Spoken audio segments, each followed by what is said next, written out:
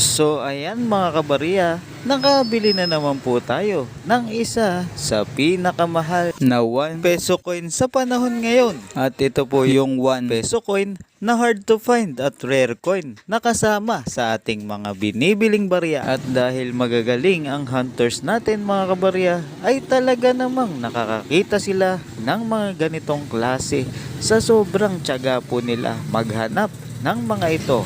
At ngayong araw nga pong ito ay nakipag-meet up tayo sa ating maswerteng seller na nakakita ng ganitong uri ng barya. At siya po mga kabarya ay taga Norsagaray, Bulacan. At nakipag-meet up nga po tayo dito sa bayan ng Pandi, Bulacan. Ito nga po yung nabili nating barya na talaga namang napakaganda. Ito nga po yung tinatawag na hard to find coin sa 1 peso coin na aking patuloy na binibili. Ito po yung 1 peso coin na may taong 2005. Pakita naman po natin kung gaano kakinis ang ating nabiling 1 peso coin year 2005 at ito po ay authentic na year 2005. Hindi po siya altered mga kabarya dahil hindi po tayo bumibili dito sa ating channel ng mga altered coin.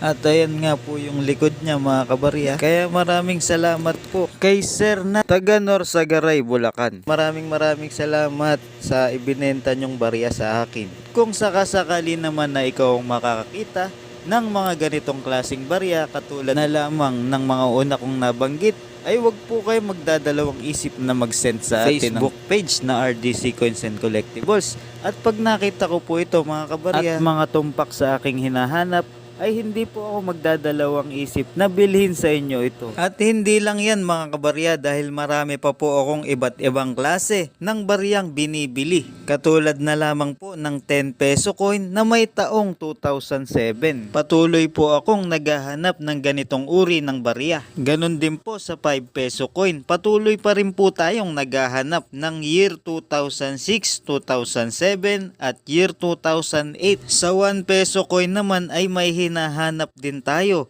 Ito po yung year 2005 na 1 peso coin. At ganun din po sa 25 centimo coin. Patuloy po tayong naghahanap ng year 2006 na 25 centimo coin. At syempre hindi mawawala dyan yung ating bagong NGC 25 centimo na year 2017 mga kabarya. At bumibili pa rin po ako ng iba't ibang klaseng error coins mga kabarya. At sa error coins naman natin mga kabarya, kahit anong taon po yan, basta po makakakita kayo ng mga ganitong uri ng error coins. Ang tawag po dito ay off-center error coins. Ganon din po ang double print error mga kabarya. So inuulit ko po mga kabarya na kung sakasakaling makakakita po kayo ng ganitong uri ng barya katulad na lamang ng aking mga ipinakita, ay wag po kayong magdadalawang isip na mag-send sa atin ng picture sa ating Facebook page na RDC Coins and Collectibles mga kabarya.